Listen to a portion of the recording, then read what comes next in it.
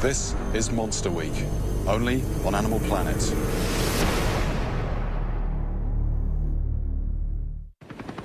As a scientist, I was never a believer in conspiracy theories. I believe Al-Qaeda was responsible for the 9/11 attacks. I believe we landed on the moon. And I believe Oswald shot JFK. Okay. No, to believe our government covered up these events requires proof. A conspiracy theory, like any theory, needs proof. So that's the first question I'd ask me. Where's your proof?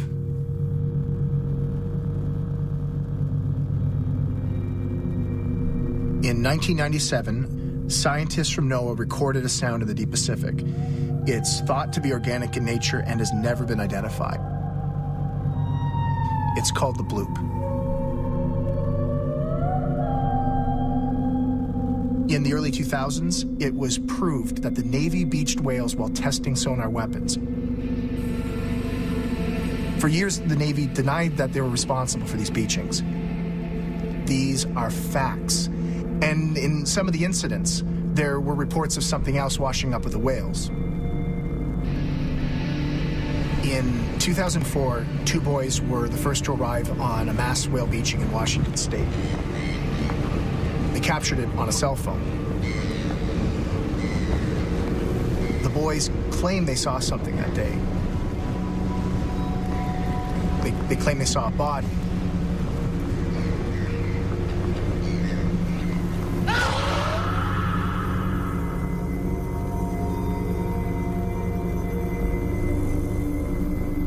And they went on record claiming they saw a body.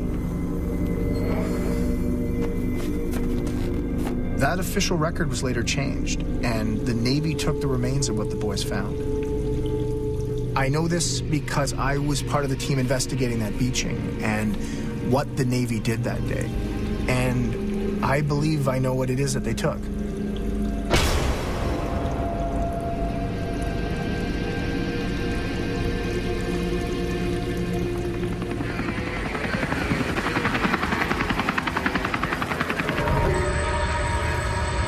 Cliffs Beach, Washington State, April 4th, 2004. Site of the largest mass whale beaching in United States history.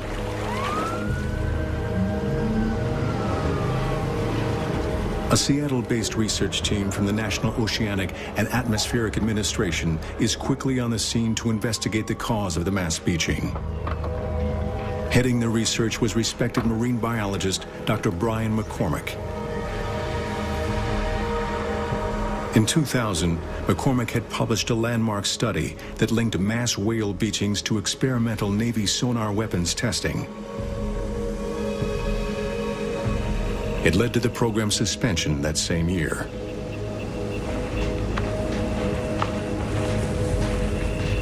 Dr. McCormick and his team suspected that the Navy had begun operating their sonar once more. Now, two members of that team have agreed to speak on camera for the first time about what they claim the Navy discovered but has never disclosed. I remember looking out over the dunes, and the scale was incredible. I'd never seen anything like it. My name's Paul Robertson. I was a research assistant with Dr. McCormick, working at NOAA for several years by then. By the time we got there, the wind was so bad that it had driven everyone else off the beach, and a storm was coming in, so it was just us and the Navy. They'd cordoned off a section of beach, and there were guys in hazmat suits. It could have been biologists or medical staff, we weren't sure, but that got our attention. Brian was one of the first scientists to draw a connection between the mass beachings and Navy sonar use. He was the most experienced in these events, but even he had never seen anything like this before. I'm Rebecca Davis. I was a field biologist at NOAA. I was working in the Marine Mammals Division before I joined Dr. McCormick's lab in 1999. Blood was visible coming from the ears of the whales. We had never seen that before, where every whale was bleeding from the ears. This meant that they had all suffered some kind of major internal trauma. We took multiple organ tissue samples, and we were going to study those under the microscope to determine cause of death. We packed up as quickly as we could, but Brian wouldn't leave. He wanted to get as many samples as he could because he wanted to know what the Navy was doing out there. After the Navy left, we went down to where they'd been working, and none of the animals had been cut open. They hadn't been autopsied. We had no idea what they would be doing down there.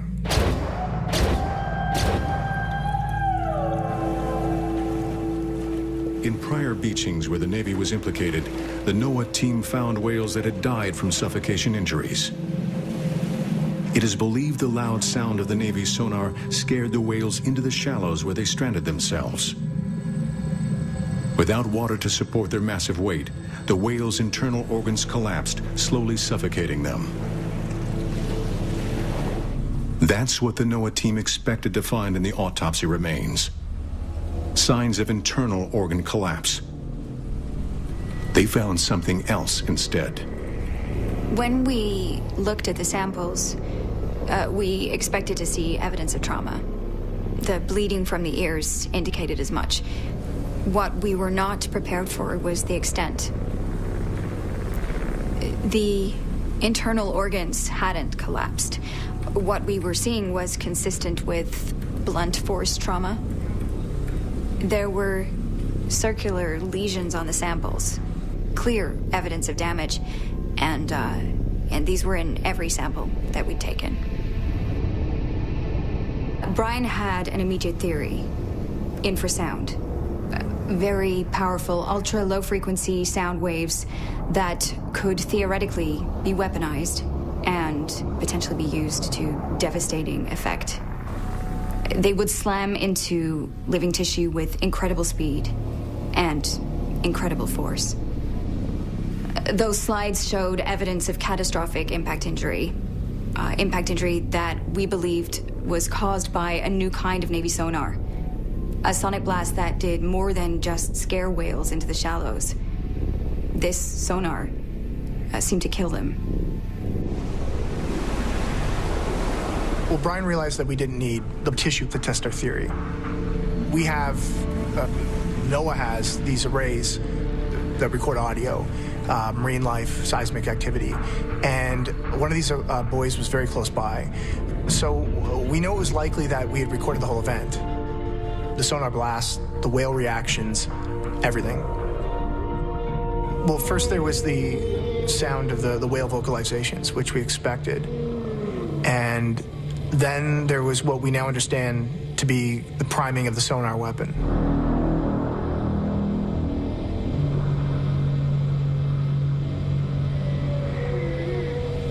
And then there was a moment of silence, and this proved to be the calm before the storm, because then it was bam.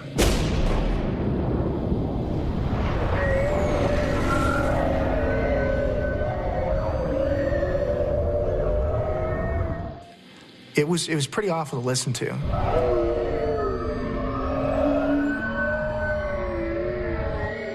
Brian was so preoccupied with cataloging this sonic blast that he almost missed what else was there.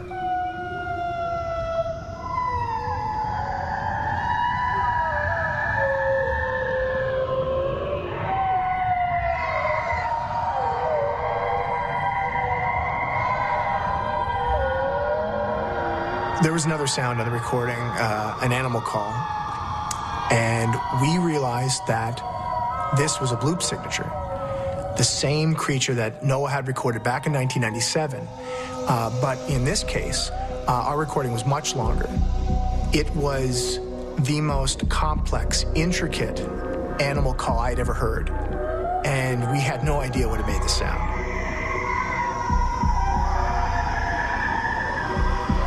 All we knew was that a creature that had only been heard once in human history had just resurfaced.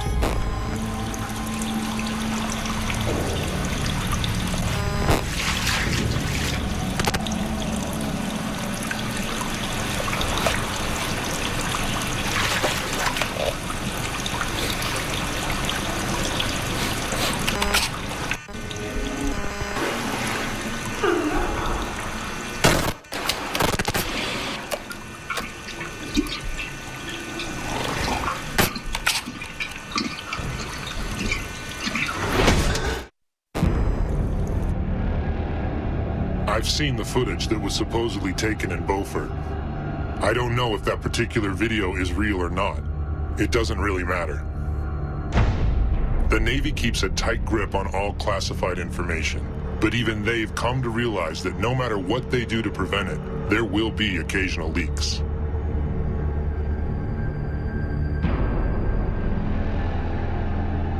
And when there is a leak, they've learned how to control it. It's no surprise that the Beaufort video was immediately branded a fake. The Navy tells us it's not real, so it's not real. Whenever a leak happens, the military has a way of using its influence to make the general public believe what they want them to believe. What I can't tell you is that I've seen a creature in the Navy's possession. We took it after the first test in Washington State. I was on the beach that day, but we weren't the first ones there.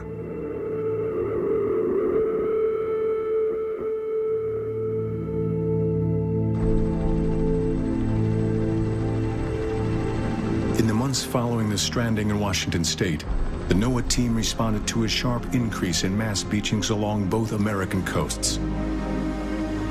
Similar mass beaching events were being reported all over the globe. Rescuers are racing against the clock, trying to save nearly 200 pilot whales that beached themselves in southern Australia Monday. 这条长9.7米的抹香鲸体重超过5吨，年龄在2到3岁，雄性。 6 bottlenose dolphins also beached themselves, something scientists say is very uncommon. This is the 4th incident of its kind in recent months in the same part of southern Australia, and scientists really don't know why it's happening. This was happening all over the world. So now we're following beachings elsewhere. We alerted marine agencies to what we discovered with the sonar blasts. And we begin hearing about other things. Reports of bodies washing up with the whales. Rumors of something else washing up with them. And in every case, there was always authorities on hand to control the scene. But at the time, we just wanted to stop the beachings from ever happening again. In some of these events, not only were there reports of bodies being found, but something else. These had been reported before. Not bodies, but spears. For years, deep-sea fishermen all over the world have found them. Found them in fish, caught in the open ocean. German news archives contain an interview with a fisherman who had his own experience with this strange phenomenon. Mein Name ist Hans Bauer. Ich bin im Hafen von Sutridge aufgewachsen. Ich bin schon ein Fischer mein ganzes Leben. In den 70er Jahren aus Bremerhaven haben wir Kabeljau und Stockfisch aus der Baltischen geholt. Wo wir am Aufwachsen waren, haben wir öfter so Geschichten gehört, komische Geschichten, auf was Leute in Fischen gefunden haben.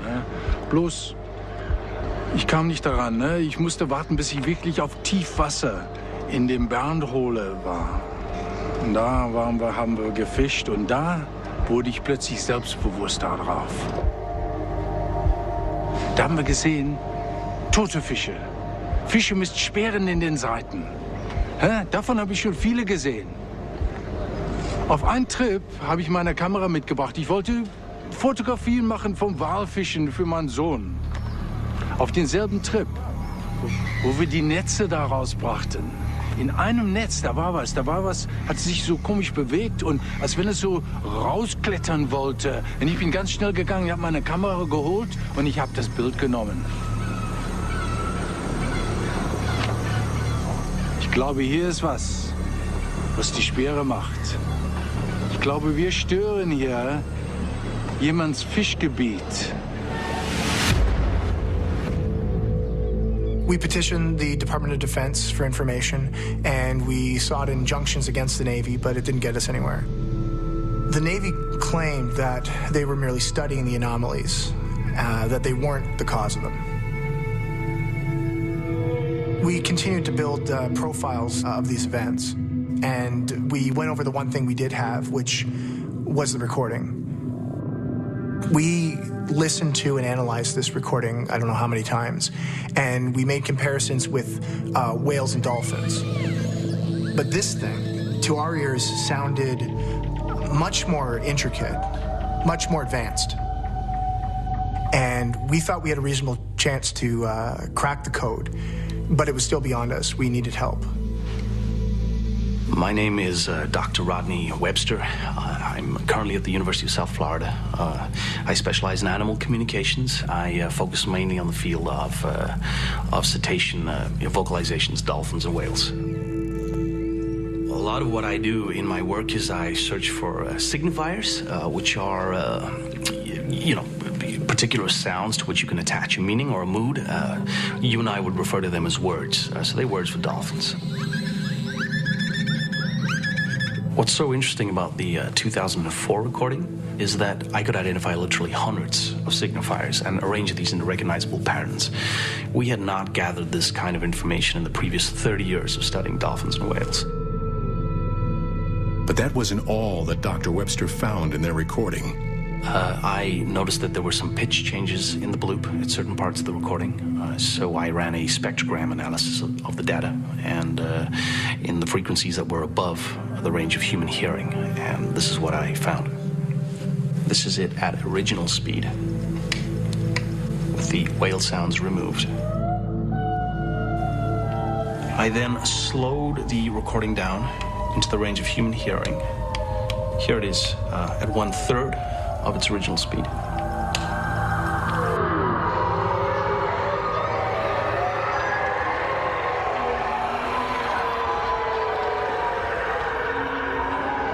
Multiple individuals, literally thousands of different signifiers, at least half dozen individual voice prints.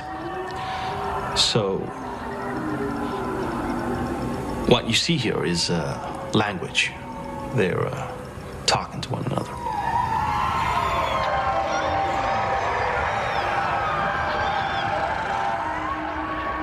What animal could possibly have a language so complex, so sophisticated? Our theory was this was a new species of dolphin, but there's another theory we should have considered sooner. The aquatic ape theory. It's a theory about us, really, about where we come from. And I know it's always been controversial, but now I think there's really something to it.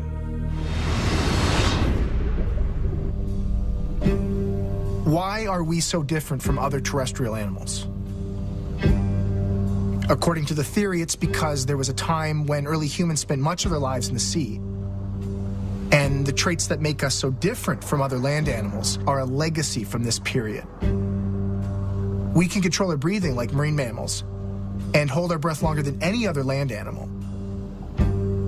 The human record for breath holding is nearly 20 minutes. That's almost as long as a dolphin can dive.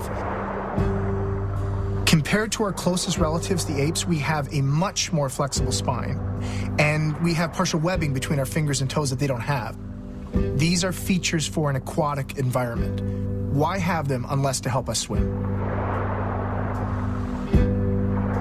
And human babies hold their breath underwater automatically. They instinctively know how to swim, whereas a baby chimp or gorilla would drown. And unlike other apes, we shed our hair. Hair creates drag in water, and we have a thick layer of insulating fat that keeps us warm in water. The only other animals born with as thick a fat layer are exclusively marine mammals. Some humans are so well adapted for life underwater that they still hunt at the bottom of the sea, walking across the ocean floor. The Moken people of Southeast Asia can contract their pupils at will to control for water distortion. They actually see underwater as clearly as if they were wearing a mask. And in some places in the world, humans are still so proficient in the water that they can catch fish without hooks or nets. All these adaptations for life in the water, but we lack adaptations that are commonplace in other land animals. We shed salty tears and sweat. Salt and water are valuable resources. Other land animals have efficient ways of conserving them. We don't. Why? Because part of our evolution took place in the sea. Now, this is all theoretical, but the land-to-sea transition has happened before. It's documented science. Orcas have evolved from a wolf-like ancestor millions of years ago, and there are more recent examples. 150,000 years ago, a fractional amount of evolutionary time, a group of brown bears split from the rest of their line. They evolved into a new species. They became polar bears. Polar bears are capable of holding their breath for minutes at a time underwater. They've even developed webbing in their front paws to help them swim. They are currently, before our eyes, evolving into marine mammals. And if this is happening to polar bears now, why couldn't this have happened to the human line at some point in our evolution? Could we be descended from a group of apes that were once becoming marine mammals?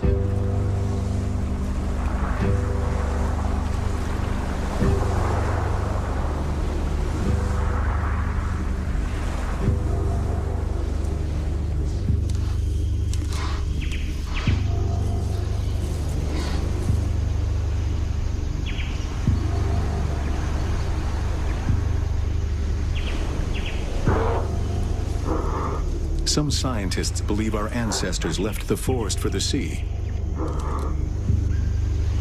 But what pulled them here? What drew them to the water's edge?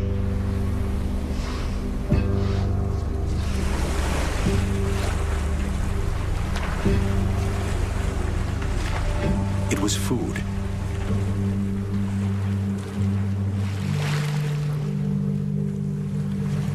It is even thought our ability to walk fully upright first evolved here, wading in the shallows where food was easily found.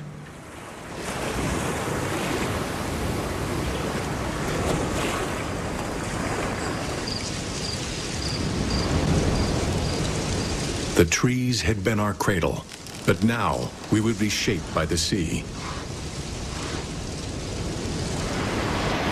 Over time, more human ancestors collected along the shoreline. It is even thought that this is where our advanced intelligence began to develop. Brain-building nutrients like iodine and fatty acids were abundant in the crustaceans and shellfish that could be gathered here. We were beginning to change, and so was the environment.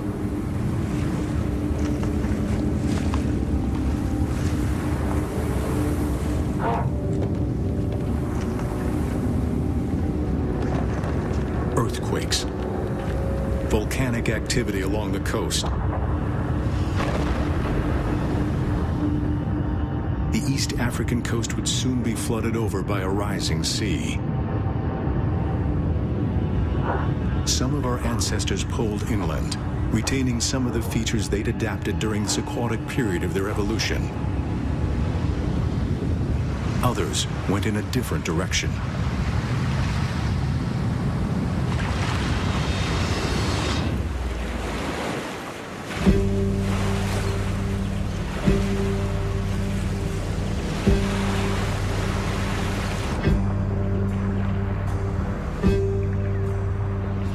If our distant ancestors spent time living in the sea, is it possible that one group split off from the rest?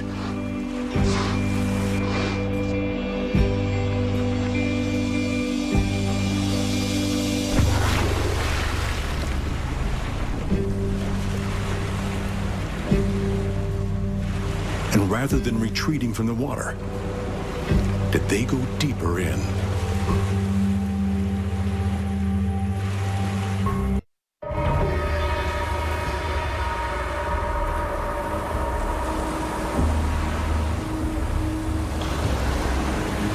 We detailed every stranding that followed the Washington State event, trying to establish a pattern of naval involvement.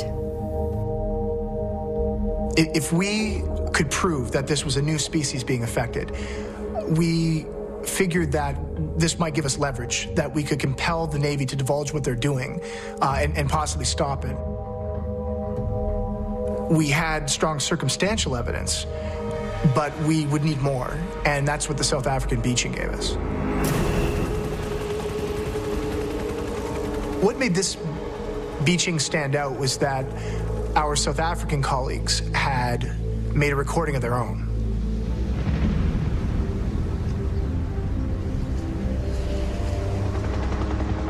Well, we of course had heard of the work of Dr. McCormick.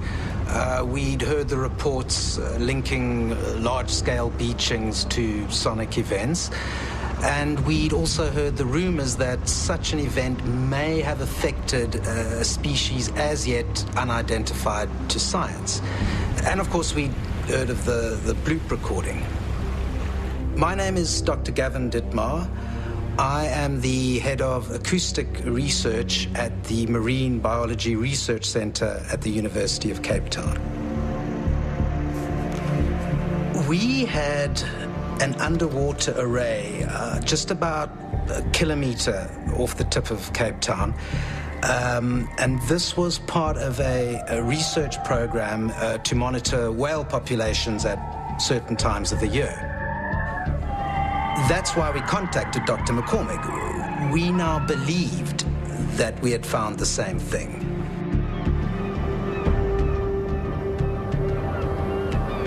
When we heard that recording, we immediately accepted an invitation to make a research visit.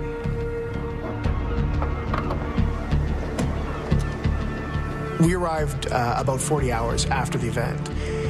And again, we weren't the first. Other official investigators had already come and gone.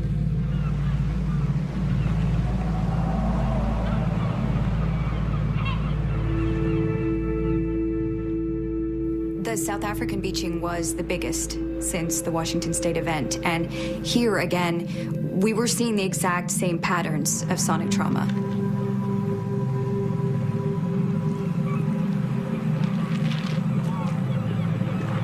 What was different in South Africa was the recording itself. Here we had another bloop signature, the same mystery creature that we had recorded. We had the same low-frequency sonic blast. But here, it was what happened before the blast that was revealing. Here was a bloop call similar to the one we recorded. It was obviously the same kind of creature. And this time, there was dolphin chatter on the recording. Not surprising, dolphins are in these waters and they get stranded in these events as well. But here there was communication, back and forth communication between our bloop creatures and the dolphins, which made us think, is it a dolphin? Is it some new species of dolphin? And from that point on, that's what we thought we were looking for. To that point, we only had acoustic evidence. But physical evidence, that was the breakthrough that Dr. Dittmar gave us.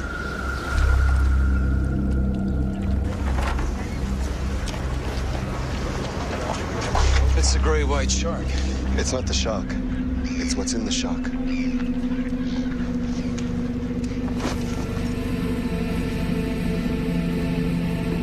It was a mess, and it smelled pretty terrible. There were parts that looked like they might have been from a dolphin, parts that looked like they're from a seal, but no seal or dolphin we'd ever encountered. And there were other body parts too. We had no idea what we were looking at, but we thought right away, jackpot. This was something new. This was a new species.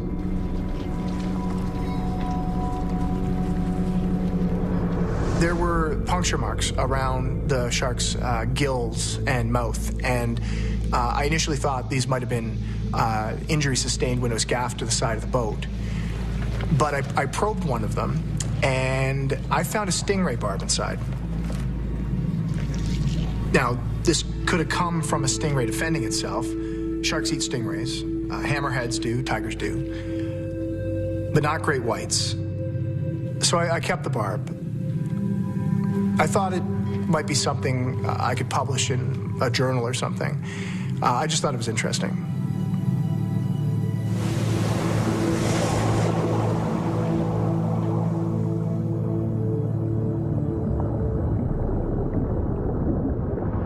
A million years after entering the sea, the aquatic apes would now be better adapted to their new world.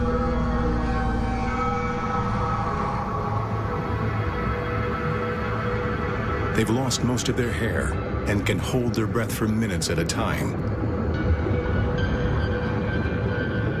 They are still learning how to hunt. They're learning by observation.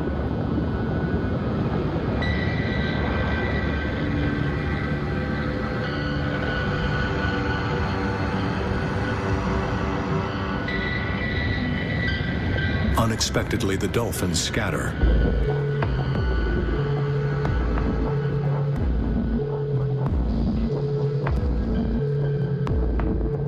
For now, the aquatic apes must hide.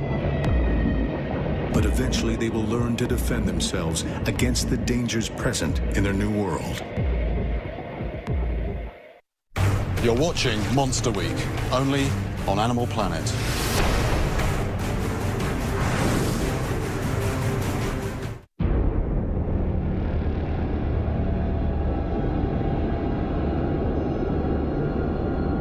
The first time the weapon was tested off the coast of Washington, it was a disaster. We were caught off guard completely by the aftermath. The beach hadn't been secured. It was left wide open to anyone who passed by that morning. Those boys happened to be in the right place at the wrong time. At first, it looked like they were going to be a problem. They refused to recant their initial statement about what they saw. Finally, we convinced one of the boys' mothers that they hadn't seen what they thought they'd seen. People usually don't want any trouble when the military is involved. The mother was smart enough to make the boys change their statements. We kept surveillance on the boys, but they weren't telling their story to anyone. They kept quiet about the entire event.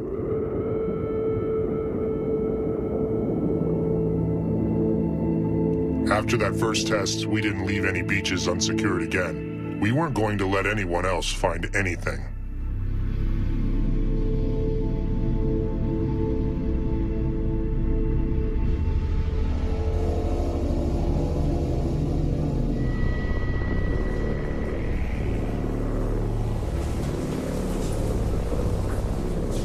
We got the body back to the lab, and the condition of the remains was poor.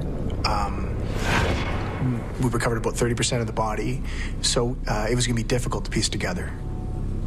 The first thing we did was to take DNA samples to try and establish the genetic makeup. We started by looking at the rib cage, and it appeared to be hinged.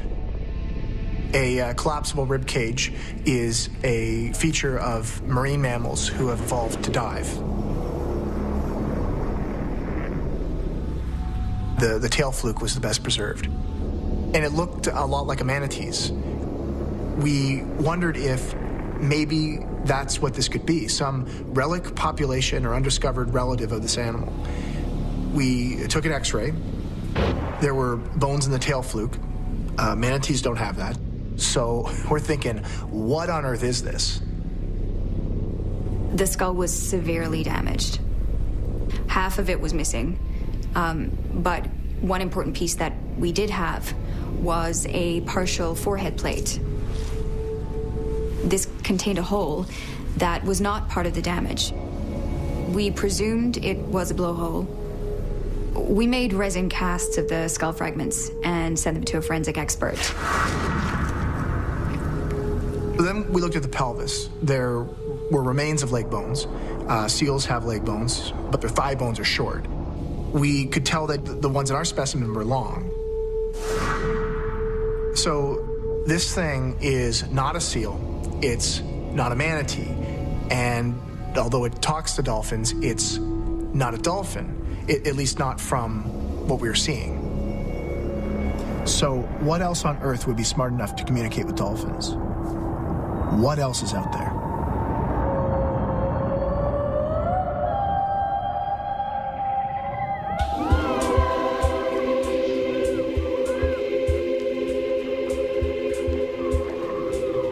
A creature that once hid in shadows now swims in open sea.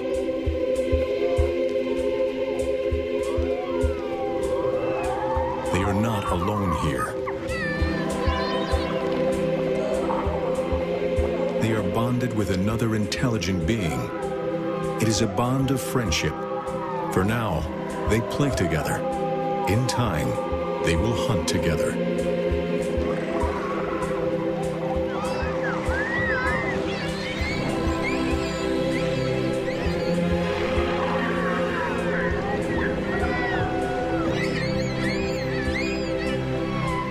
Their ancestors slept in trees. They now swim through them.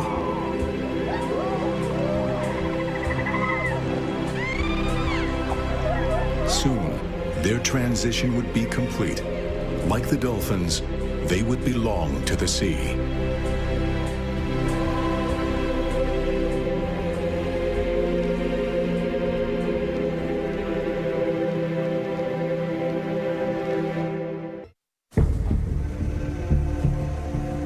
Brian and I tried to make sense of the rest of the parts.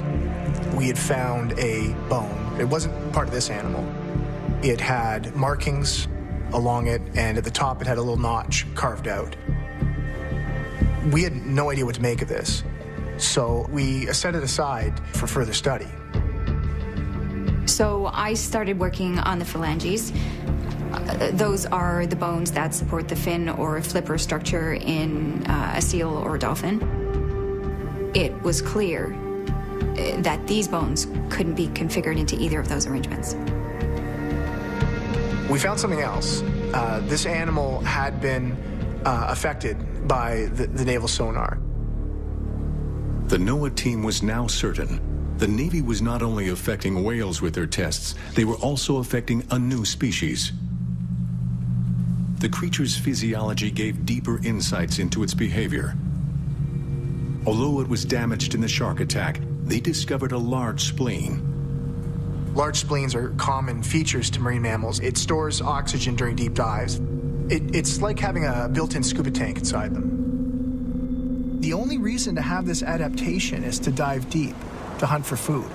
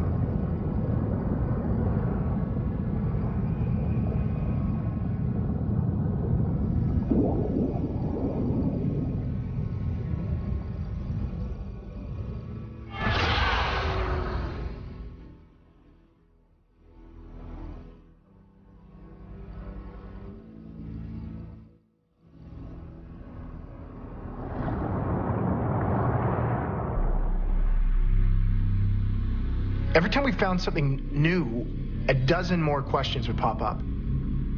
Dr. McCormick invited someone else to take a look. The South Africans were taking so long getting the permitting to get the material out of the country that Brian flew him in. My specialty is in biomechanics, how animals have adapted different means of locomotion. My name is Dr. Stephen Pearsall. When I got there, I thought, well, what the heck am I doing here? Because this is clearly a marine mammal. The tail looked like the tail on an animal that you find in the ocean. And it was only when we got the remains under the scanners that I realized that this was like no tail we had ever seen before. Looking at the hip structure, Dr. Pearsall recognizes something strikingly familiar. With humans, if you look at the top of your hips here, they have this high ridge. And these are called the iliac crests, and they're designed to support weight. I looked at this creature, and it had similar crests on its hips, and that didn't make any sense until I realized that we were looking at the scans the wrong way. We were looking at them this way, when in fact what we had to do is rotate them. That is when it became clear that this creature once walked on 2 legs. And there is only one animal that walks upright on 2 legs, that walks on 2 feet. And if this thing once stood on 2 feet, we realized... Hands. They were hands. Becky's discovery that this creature had hands. The discovery that this creature once walked upright on land like us because it was one of us. That changed everything. That bone had been worked on. It had been carved by hand. At the top where the notch was, that was meant to hold something, and we found fibrous plant material wrapped around it, which would have been designed to hold it in place. And then I remembered. The stingray barb. This thing fit perfectly in the top of the bone. This was a tool. All those tales of fish found with spears in them, all the fishermen stories of spears found in the open ocean, this is what made them. We have something that makes tools. This thing has figured out how to disarm a stingray, use its spine to kill fish. So they are intelligent hunters, but are they hunted? How would these creatures have evolved to survive alongside the most formidable predators in the ocean?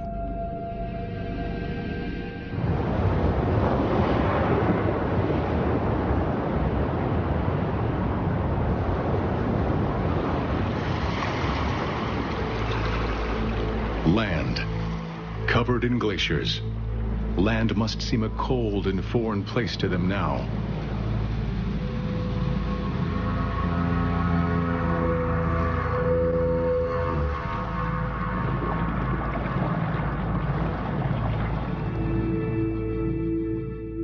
A lone scout swims ahead of his pod before they make an open water crossing. The drop-offs that chasm down into dark water are feeding grounds.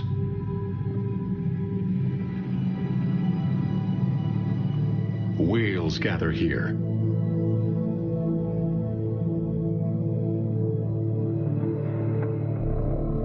And so does the shark that preys on them.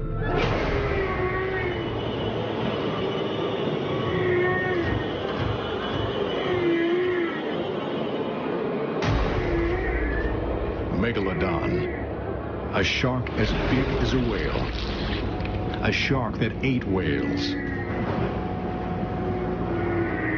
1.5 million years ago, the creatures would have confronted the greatest monster to ever rule the seas.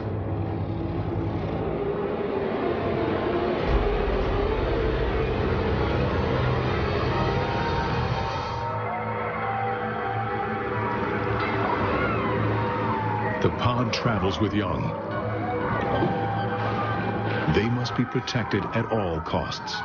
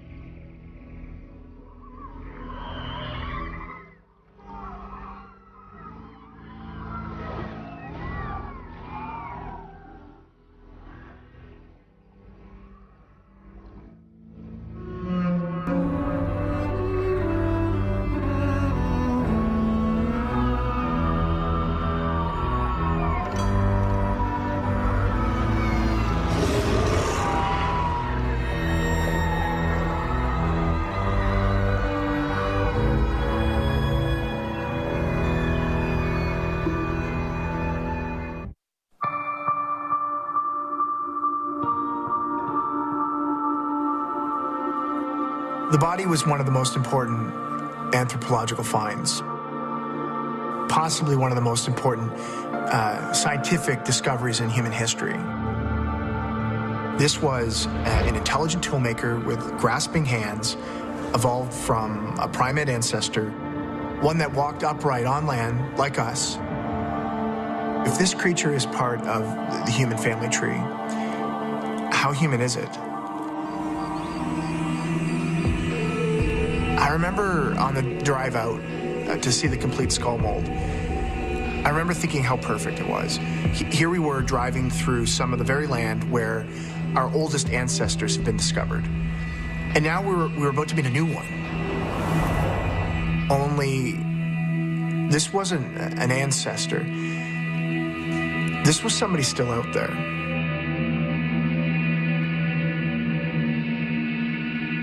My name is Dr. Leanne Fisser. I'm a forensic anthropologist in the Department of Human Evolution.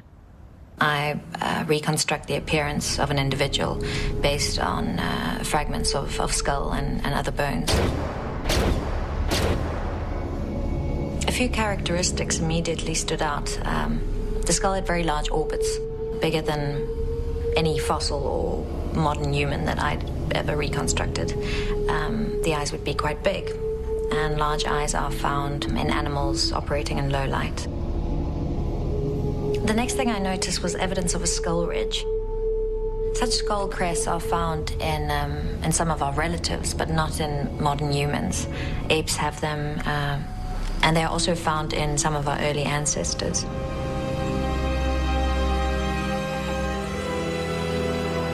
Scanning the reconstructed skull enabled Dr. Visser to map the inside of the brain cavity. She discovered that the parts which in humans correspond to sound interpretation were greatly enlarged. The opening on the frontal skull fragment was connected to an extensive series of sinus cavities. The shape and features of the skull revealed to us just how elaborate the creature's acoustic capacities really were. The concave shape in the front of the skull indicated that it had a melon, a specialized mass of fatty tissue that enables dolphins and other whales to echolocate. It wasn't a blowhole. This wasn't used for breathing. It was used to channel sound. The skull reconstruction proved it could do this, that this creature could echolocate. This was the creature that had made the sound. The calls had never been identified.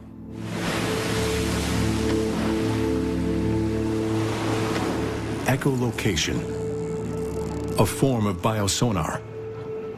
The ability to emit high-frequency sounds that bounce off objects and give the animal a mental map of its environment. Sound used to locate food. Sound used to communicate in the deep blue of the vast ocean. We now had no doubt that this was the animal that had made the bloop. This was the same animal that was on the 1997 bloop recording. This was the same animal that was on the 2004 Washington State recording, and it was the same animal that was on the South African recording, the one that talked to the dolphins.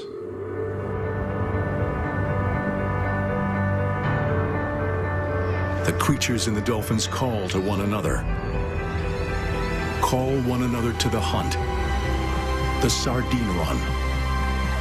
Almost every predator in the ocean will converge on a miles-long caravan of migrating fish. But only two will work together.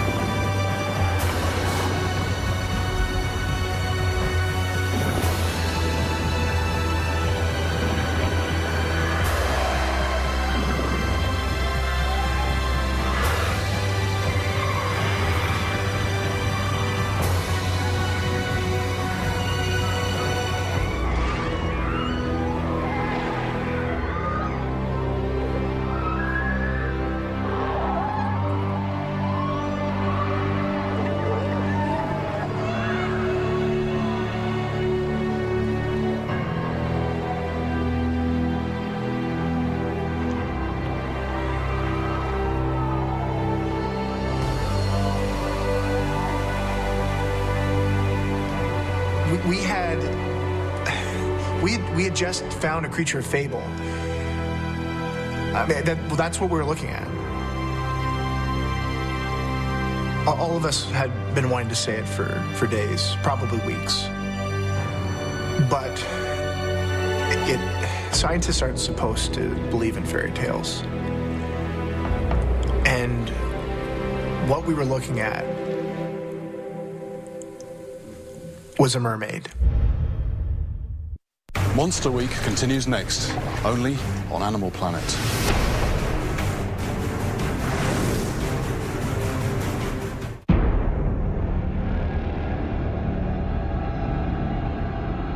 If the Beaufort footage is real, then it's not the one we took off the beach in Washington.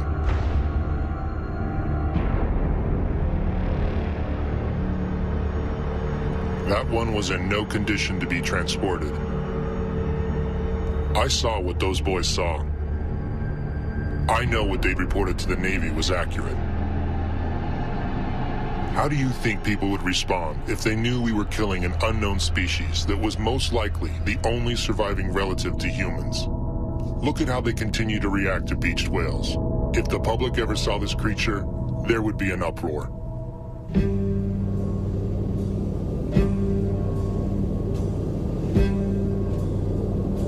So I asked myself, how could this thing stay hidden so long? Then you realize that the surface of the moon has been explored more than the deep oceans. And you look at the fact that even to this day, there are still large animals being discovered. There have been 2 new species of whales discovered in just the past decade. These are 30-foot, 40-foot long animals that have never been seen before, never been recorded. Giant animals found for the first time ever in just the past 10 years. So yeah, it's possible. It's still possible to stay hidden. But of course, this animal we found had been recorded before. We have no record, we have no scientific record of them, but there's another record. We know them. We've known them all along.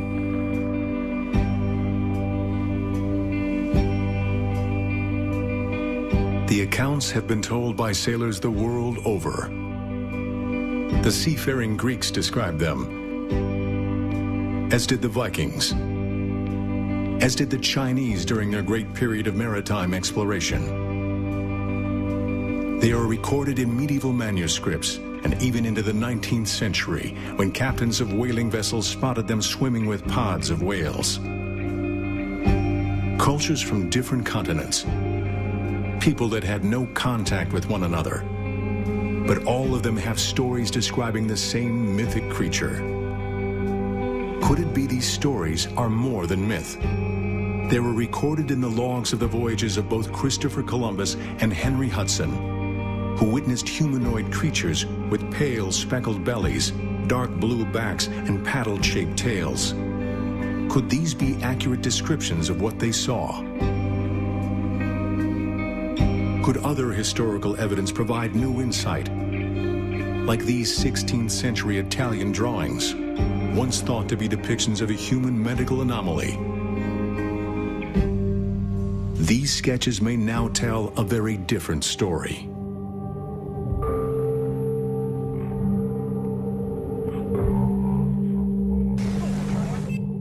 Even today, accounts still emerge, like this hastily shot video captured in 2005 off the Adriatic coast.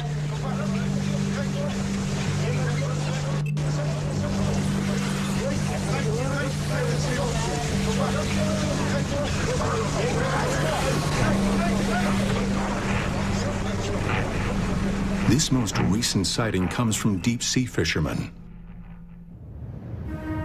The most ancient can be found in a desert left behind by a departed sea.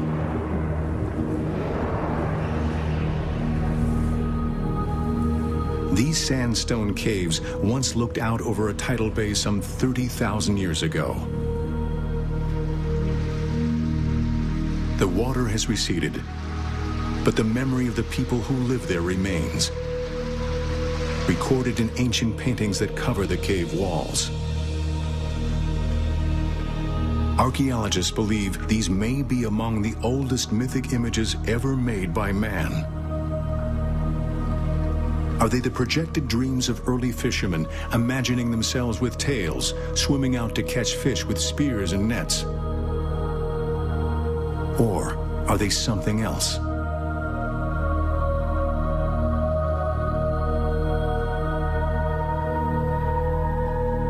Early humans fought savagely over hunting and fishing grounds. Force was used against rival tribes and against any other competitive threat to a valuable food source. Could that be what these paintings depict? Could these paintings be a record of mankind's conflict with creatures that are now relegated to myth? Did we drive them into extinction? Or did we drive them into hiding?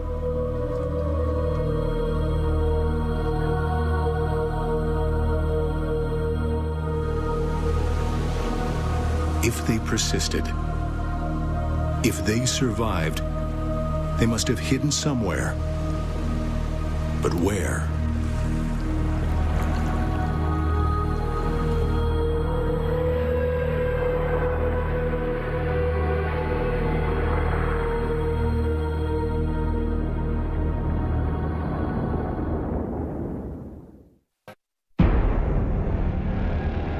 We knew what they had. We knew what they had before they knew what they had. We've been trailing McCormick's NOAA team since 2004. We followed them to South Africa. We knew what they found was the same species we'd taken off that beach. They had evidence that would bring down the operation. They had physical evidence that could stop us. Do you think we were going to let that happen? But they were advancing our research, so we let them continue for a while. By that point, we had concluded in South Africa, and we were preparing the evidence to travel back to the States. But the permitting, once again, the South Africans were being difficult about getting permits to get the evidence out of the country. We should have known at that point what was going to happen. It's hard to remember it all now. It's hard to remember how excited we were. But the reason I've agreed to do this is because I think it'll help. Becky and I believe that. Brian, however, is a bit more cynical. I think he doesn't have that kind of faith. And I don't blame him, certainly not after what happened.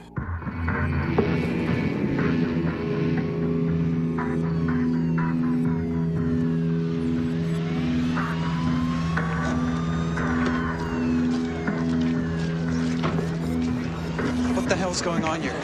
Where did you get this from? I tried to restrain Brian. Then after that, I tried to pick him up for weeks, but he was just devastated. We all were.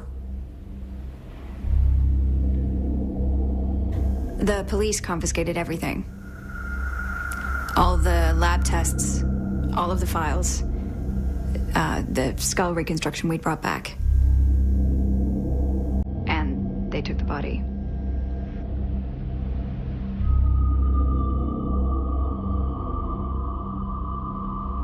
Well, I've certainly never seen anything like it before, and I've worked here for 20 years. This was unprecedented. This was not some normal police raid. This was a slick operation.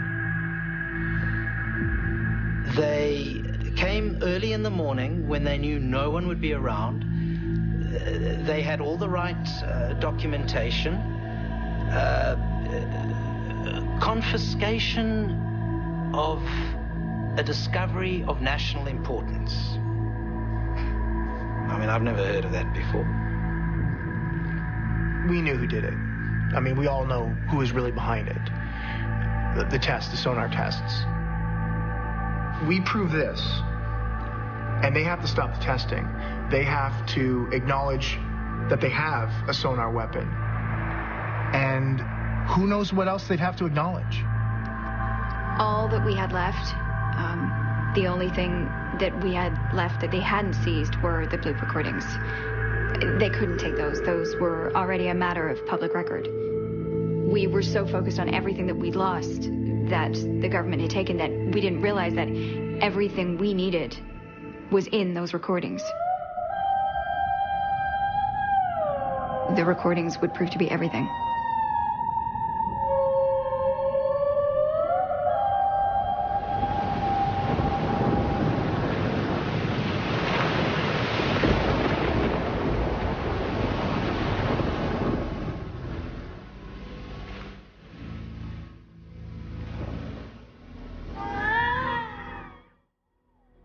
A shallow coastal lagoon in the southern hemisphere, where the creatures retreat to warm, protected waters, where a species in decline still clings on.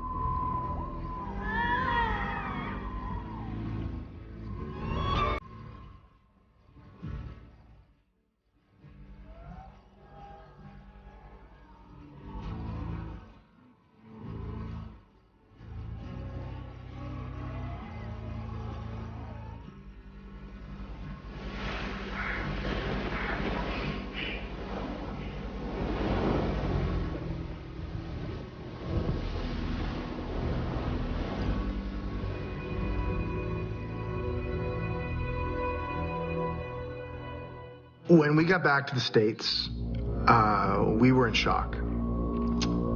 We couldn't stay in South Africa. We had our visas revoked.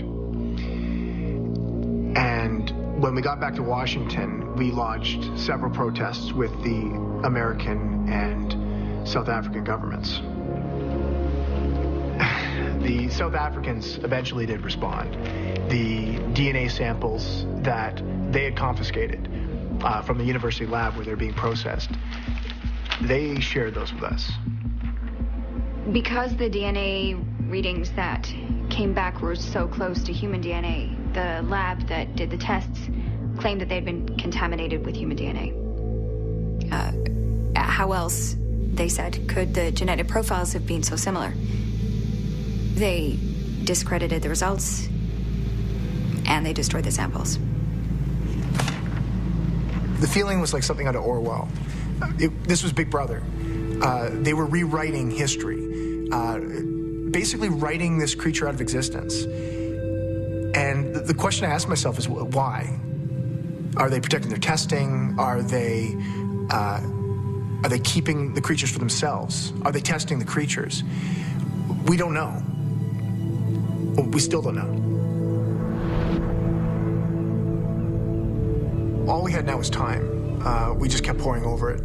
The beachings with reports of bodies washing up on shore, where local officials had closed off areas, and in some cases reportedly with the help of American officers in civilian clothes. We kept thinking back to the beaching that happened right here in Washington, that naval medical team. We had thought they were analyzing their tests on whales, but now we had a slightly different theory. We tracked down the kids that had made the original report, and the Navy had spent a lot of time with these kids. They had even visited them at home, and they had convinced the kids that what they had seen was actually a seal that had decomposed, and that's why it looked strange. The boy had drawn a picture of what he saw. Now, nobody outside of the scientists we work with or the government officials that had confiscated our materials could have known what the skull reconstruction looked like. But this kid had a drawing of what he had seen, and it was a match. He'd seen the same thing. And that's not all we saw. The boy's mom agreed to show it to us. They hadn't shown it to anybody. The Navy had not thought to check the kid's camera phone. Now, that's not the first time the military's gotten caught by a camera phone, but back then, most people didn't even have them. I doubt the investigating officer even bothered to check it. This kid had kept it. He'd kept it all that time.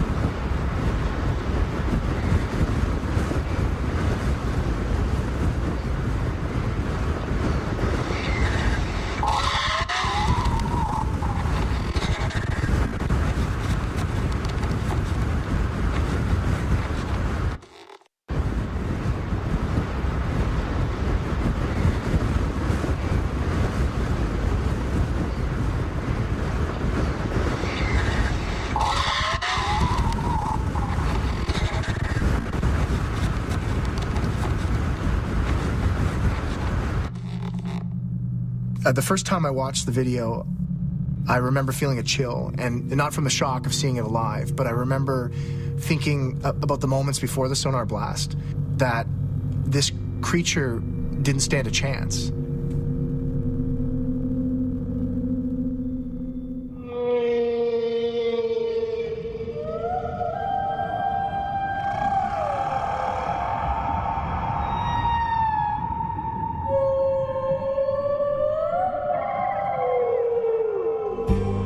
The mermaids travel with whales. They migrate from warm southern waters where, like the whales, they give birth to their young. Now they make their way to the northern feeding grounds. Whales offer protection from orcas and open ocean sharks. And females with young can draft off them, conserving energy as they swim up the long length of the Pacific coast.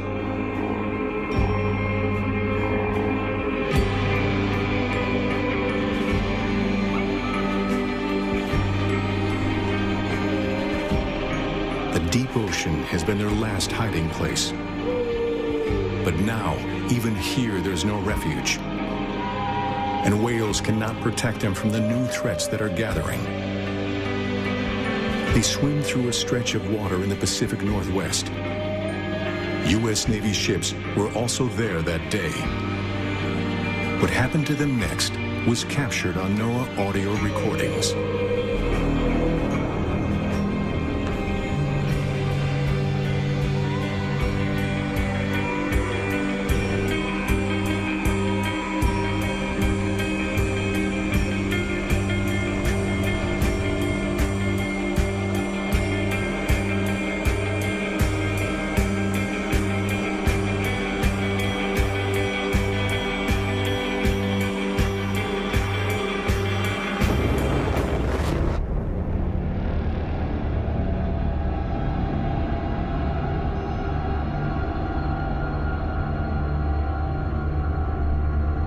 We never found another living one. At least not during my tenure with the Navy. When I resigned, we weren't even sure if there were any left to be found. The creature we pulled off the beach in Washington State died in 2007. We kept it alive as long as we could. I know what I did was wrong. I knew it was wrong while I was doing it, and I have to live with that. My only hope now is that by coming forward, it might help protect any of them that are still out there.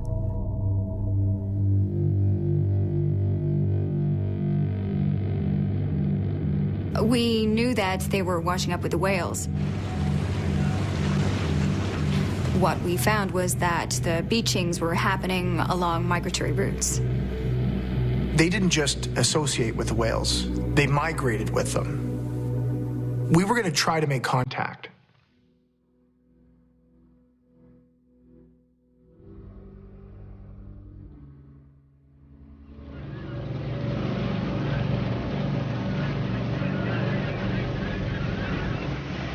We knew we were in the right vicinity when we saw the whales.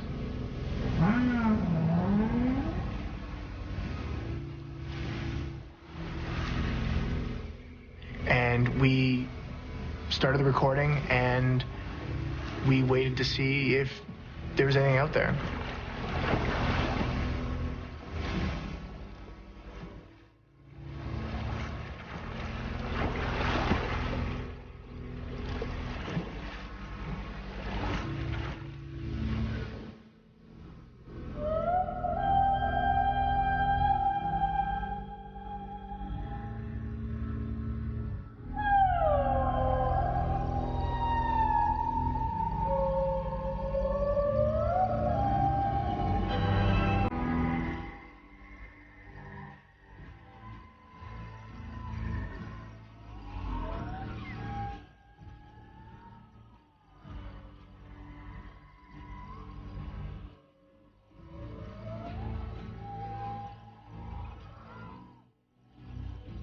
There was something out there.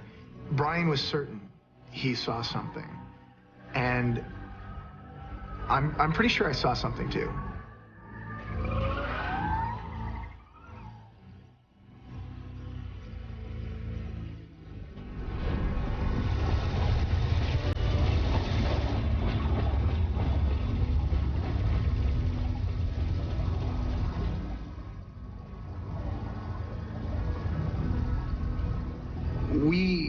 our activities were being observed. I mean, this was Big Brother. And anything we would have recorded that day, we weren't going to be able to keep.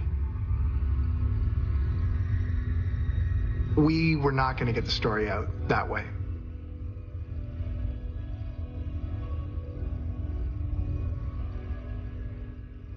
Brian was the first to leave the agency.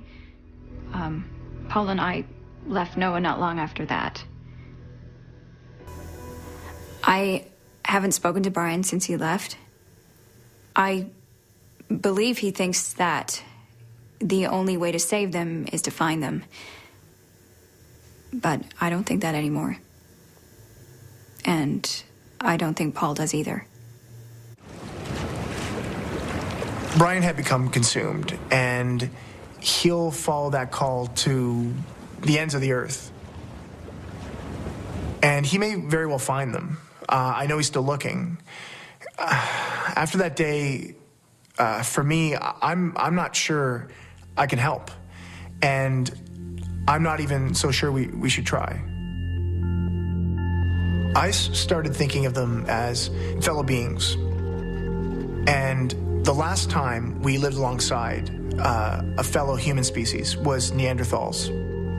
We displaced them. Some scientists think we actively hunted them, that we devoured their very existence. It's the same thing. What we did on land to one of our own, we'll do in the sea. We're not so good at coexistence. Sometimes other responsibilities supersede science. My only goal is that the Navy stop their sonar testing.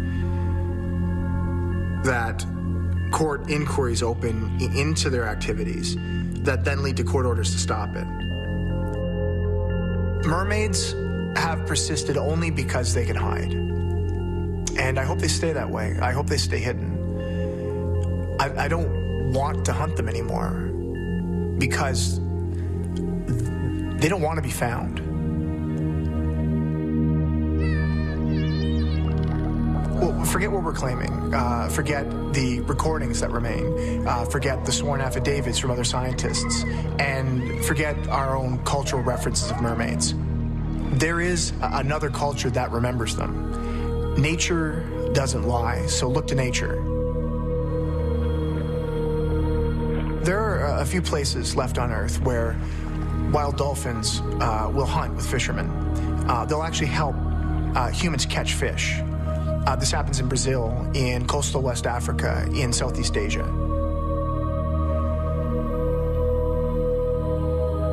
Fishermen go down to the edge of the water and into the shallows. They're calling them. They call in the dolphins, wild dolphins, from the sea. And the dolphins answer the call by driving in schools of fish toward shore. Then the fishermen encircle the fish schools and all the dolphins with their nets. The dolphins don't panic. They stay entirely calm. They know that the fishermen will let them out as they pull the nets tight. They let the dolphins out before they pull the fish ashore. And then the dolphins wait in the shallows, bobbing with anticipation in the water as the fishermen give them their share. They toss fish to the dolphins to eat. They divide the catch, essentially. Dolphins and people split the spoils. They share the fish they caught together. Cooperation between two animals of two different environments. There is nothing else like this on Earth, and nobody knows how it began, how this partnership started. It's one of the great mysteries of the oceans, how this partnership between people and dolphins evolved. How could people teach dolphins to do this? Well, we didn't. We didn't teach dolphins to do this, they taught us. And I think that they learned it from someone else. We are not the only culture with a memory of mermaids.